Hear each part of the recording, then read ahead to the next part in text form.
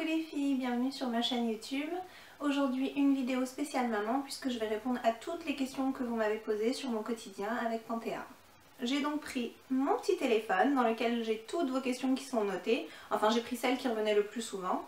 Je vais commencer de la première à la dernière. J'ai essayé de pas trop réfléchir aux réponses pour justement essayer de vous répondre de la manière la plus spontanée possible. J'espère que ça vous plaira. Alors, question numéro 1. Est-ce que Panthéa était désirée et ai-je mis du temps à tomber enceinte? Oui, elle l'était. Il faut dire qu'en fait on avait prévu d'avoir un bébé, mais bon, on s'est dit que certainement ça prendrait du temps, donc on n'était pas vraiment pressés. Mais il s'est avéré que je suis tombée enceinte à peine quelques jours après l'arrêt de la pilule, donc ça a été très rapide pour nous.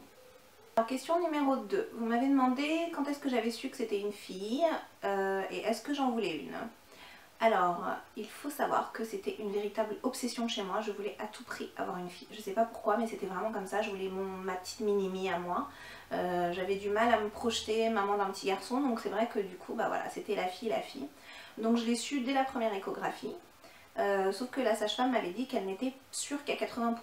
Et du coup, j'en ai refait une 3 semaines après pour être sûre, j'ai pas pu attendre la deuxième échographie. J'avais un stress pas possible, et puis en fait, elle m'a confirmé que c'était bien une fille, donc autant vous dire que j'étais aux anges. Alors, vous êtes beaucoup à me demander, est-ce que je veux un deuxième enfant?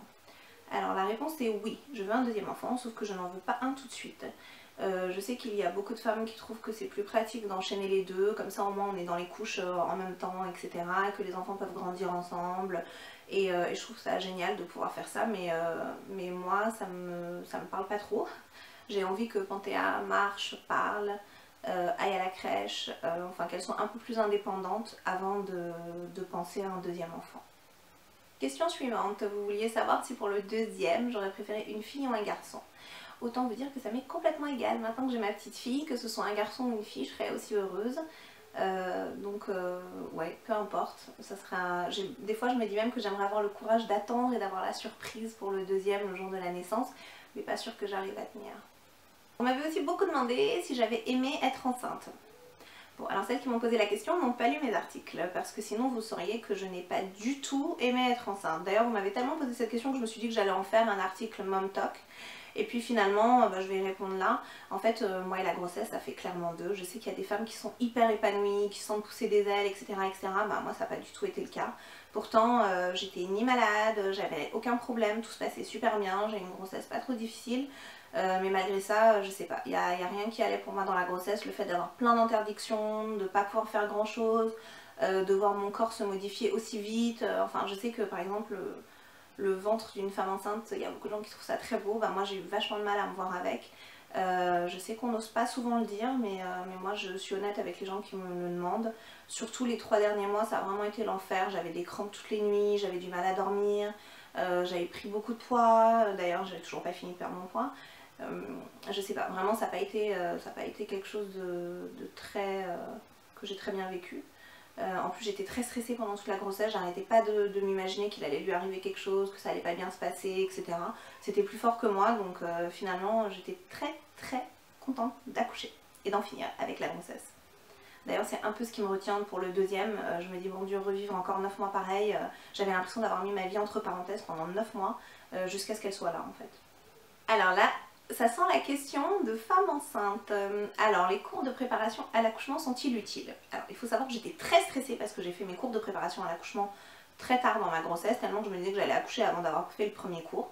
Figurez-vous que moi, ils m'ont pas servi à grand chose. Donc j'ai fait le premier de manière hyper assidue, mais je me rendais compte qu'en fait tout ce qu'on me disait, je le savais déjà puisque j'avais passé plusieurs mois à lire tout ce que je trouvais sur internet sur la grossesse. Non mais c'était maladif, c'est-à-dire que je passais des heures par jour à lire tous les articles possibles et inimaginables sur la grossesse, sur l'accouchement, sur quand bébé arrive, sur des choses comme ça. Donc ce qui fait que finalement j'avais même l'impression d'en savoir plus que la sage-femme. Enfin j'exagère hein, mais quasiment. Et du coup je suis quand même retournée au deuxième cours. Chéri est venu avec moi, d'ailleurs il m'a foutu la honte puisqu'il s'est endormi pendant le cours. Et je dois vous avouer que suite à ce deuxième cours j'ai abandonné l'idée de continuer. Je me suis dit écoute, advienne que pourra. laisse tomber, c'est pas pour toi. Je me sentais vraiment pas à ma place, j'avais l'impression qu'on me répétait ce que je lisais sur les forums. Donc voilà, mais par contre je sais qu'il y a des femmes pour qui c'est très important d'y assister, que ça les rassure. Donc si vous en faites partie, ne séchez pas vos cours à cause de moi, hein, s'il vous plaît. La question suivante est certainement la question que je me suis le plus posée quand j'étais enceinte, donc je suis très contente de pouvoir vous aider à avoir votre réponse. Donc c'est: est-ce que la péridurale fait mal? Eh bien écoutez, pour ma part, et je réponds vraiment d'un point de vue personnel, ça ne m'a absolument pas fait mal. Alors c'est bizarre, ça m'a fait comme une espèce de petite décharge bizarre dans le dos, mais ça fait vraiment pas mal. Et en plus je peux vous dire que l'anesthésie c'était plutôt merdé puisqu'elle m'a piqué 6 ou 7 fois. Et malgré ça, franchement je sentais rien du tout quoi. Surtout quand vous avez des contractions, je peux vous dire que ce qu'elle fait dans votre dos, vous savez, vous rendez même pas compte de ce qui se passe. Donc ouais, autant vous dire que c'était ce qui me faisait le plus peur. Et finalement, quand j'ai vu ce que c'était, je me suis dit, oh là là, tout ça de stress pour rien, voilà. Donc rassurez-vous les filles, vraiment la péridurale, ça fait pas mal. Alors, vous m'avez demandé quels seraient mes 3 conseils à une jeune maman.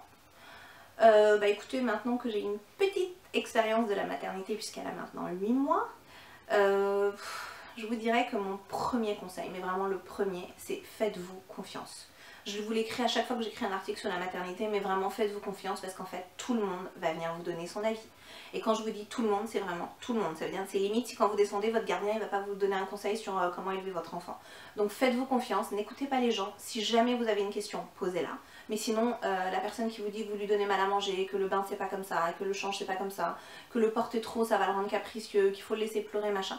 Non mais arrêtez, n'écoutez personne, faites-vous confiance à vous. Franchement, il n'y a personne mieux que vous et votre mari qui sachiez comment marche votre bébé. Deuxième conseil aux jeunes mamans serait de faire preuve de patience. Et pourtant, croyez-moi, je suis la personne la plus impatiente de la Terre. Mais vraiment, il faut faire preuve de patience parce qu'un enfant, ça fait pas toujours ce qu'on veut quand on veut. Parfois, c'est possible qu'elle n'ait pas envie de faire sa sieste ou qu'elle s'énerve parce qu'elle est fatiguée mais quand même temps elle n'a pas envie de dormir ou qu'elle a décidé que son repas, elle ne le mangerait pas ou qu'elle allait me faire galérer 40 minutes pour le prendre. Mais il ne faut pas s'énerver, il faut rester zen. Les enfants, c'est des éponges, donc ils s'imprègnent de nos sentiments et de notre manière d'être. Donc je pense que oui, vraiment, prenez votre temps, soyez zen, restez calme, souriez à votre enfant et tout devrait bien se passer. Mon dernier conseil aux jeunes mamans, c'est sans nul doute d'écouter son enfant et non pas les dictats de la société parce que c'est vrai qu'on a tendance à avoir vachement de pression de l'extérieur quand on a un enfant. Il faut vraiment pas se laisser submerger par ça. Exemple, mais comment ton enfant à 6 mois il se retourne toujours pas? Mais c'est pas possible, la mienne à 3 mois elle le faisait. Ton enfant a 12 mois et il marche toujours pas, mais la mienne à 6 mois elle galopait. Non mais ça c'est vraiment des trucs que vous allez entendre, donc franchement ne paniquez pas, chaque enfant son rythme, elle aura ses dents quand elle aura ses dents, elle marchera quand elle marchera, elle mangera la cuillère quand elle mangera la cuillère, mais vous mettez pas des pressions de folie parce que votre enfant fait pas tout comme l'enfant de la voisine, surtout que la plupart des mamans franchement c'est des grosses mythos. Elles vous sortent des trucs, je vous jure vous hallucinez. La dernière personne que j'ai vue m'a dit moi mes enfants ils ont commencé à marcher à 7 mois et demi, 8 mois. Oui bah oui bien sûr c'est connu, les enfants à 7 mois et demi ils marchent, hein. Donc voilà.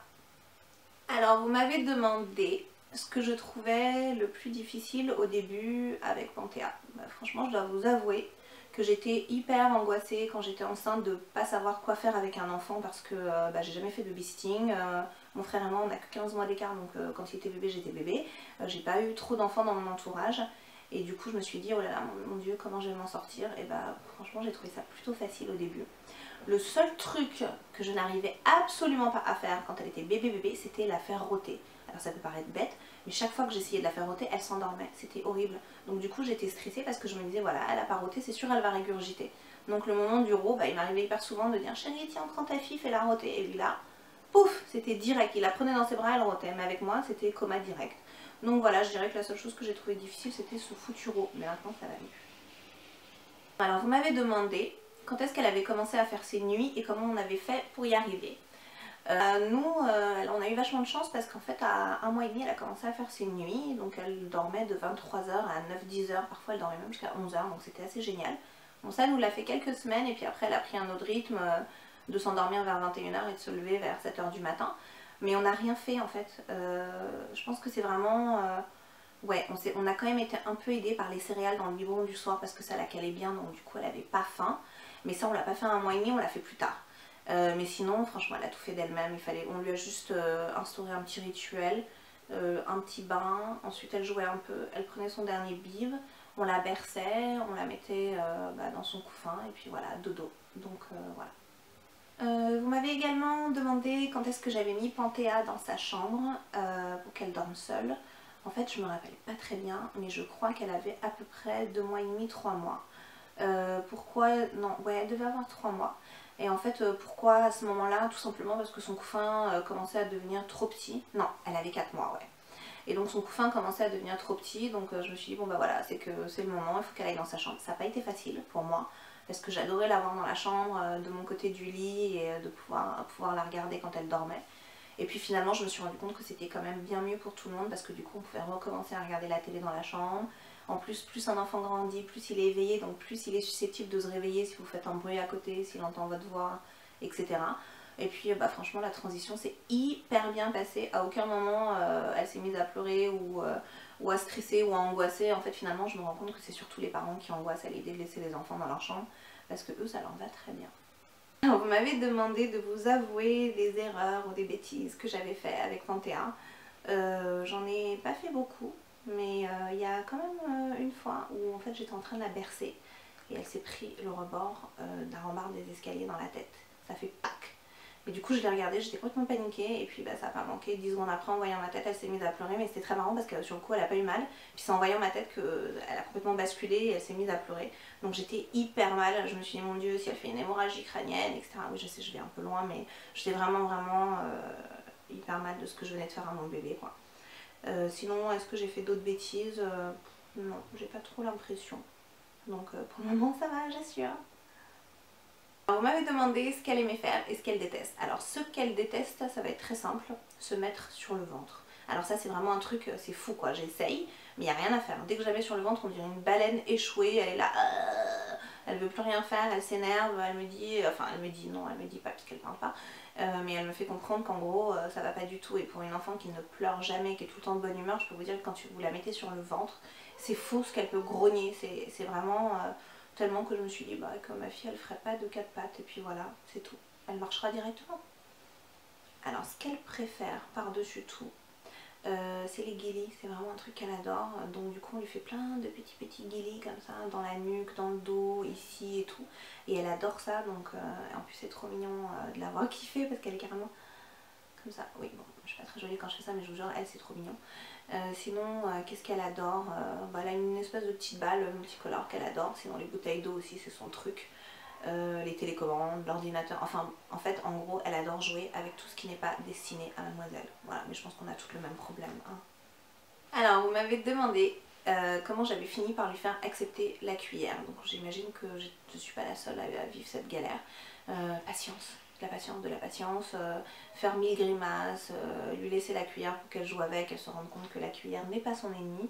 Bon, je vous avoue qu'il y a encore des fois où c'est difficile, au bout de 4-5 bouchées, elle en veut plus, elle a scellé la bouche, il n'y a rien à faire. Et puis de toute façon, je ne l'ai pas obligée, ça veut dire que quand j'ai commencé à essayer la cuillère et que j'ai vu qu'elle en voulait pas, je l'ai laissée tranquille une semaine. J'ai réessayé encore, quand j'ai vu que ça bloquait, j'ai laissé tranquille 2 jours, et puis en fait petit à petit elle a commencé à s'habituer. Et aujourd'hui, elle accepte la cuillère. Bon, il y a des fois où quand elle finit le pot, je vous raconte pas, c'est la teuf à la maison, on a envie d'ouvrir le champagne. Mais sinon, en général, elle mange 6-7 cuillères, donc je suis encore obligée de compléter avec le lait pour certains repas où aujourd'hui, objectivement à 8 mois, elle pourrait se passer de lait. Mais bon, je fais à son rythme, hein. De toute façon, elle finira bien par se rendre compte que la nourriture, c'est quand même meilleur que ces laits chelous là, non? On m'avait demandé comment je définirais la maman que je suis et comment je définirais le papa qu'il est.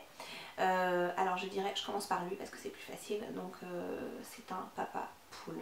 C'est un truc de fou, ces deux-là, la relation qu'ils ont, ça veut dire qu'elle est tout le temps dans ses bras, ils sont tout le temps en train de se faire des câlins, en fait c'est un peu lui la maman, non mais sérieusement, je parle doucement parce qu'il est à côté donc il va m'entendre, mais ils ont une relation hyper fusionnelle et puis c'est le vrai papounet quoi, genre je me réveille le matin pour donner le biberon, je suis trop content, il faut la bercer. Alors moi je suis plutôt partisane je la prends, je la mets dans le lit et puis elle essaye de s'endormir toute seule.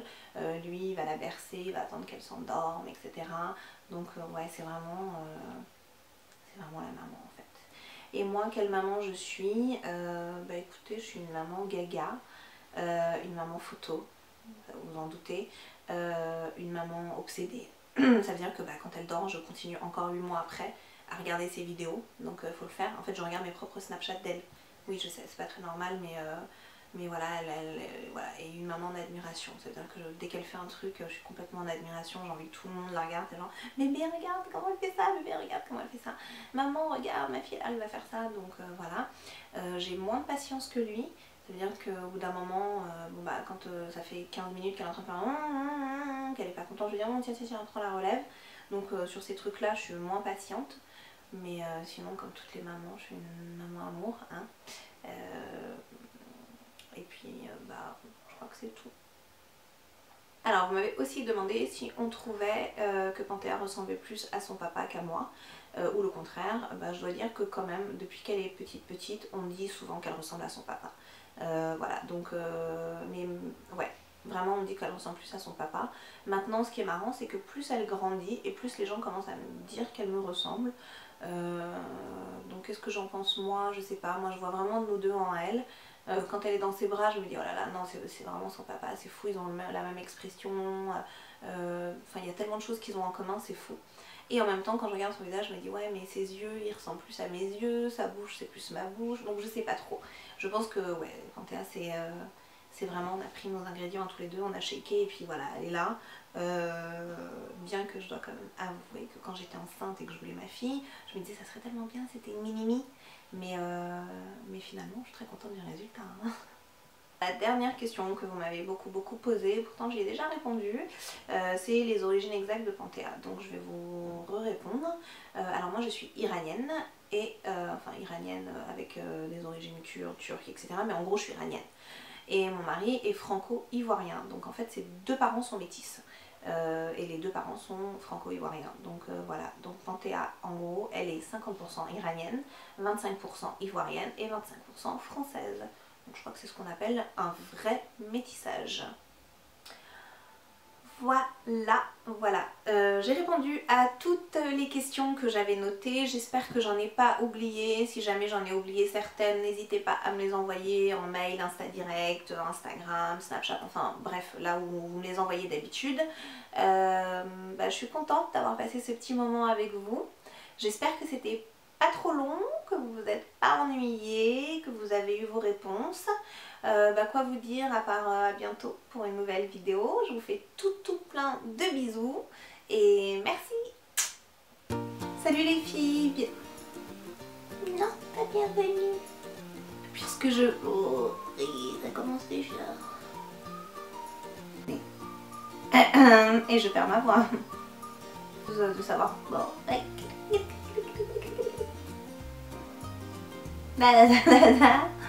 Puis bon, c'est que... oh, c'est quoi cette qualité, dis donc. On se reprend. Ah, c'est essentiel. Aïe. Elle reste comme ça. Non, je vous jure, je la fais hyper bien là. Non, c'est bon. Ça te va, c'est quoi?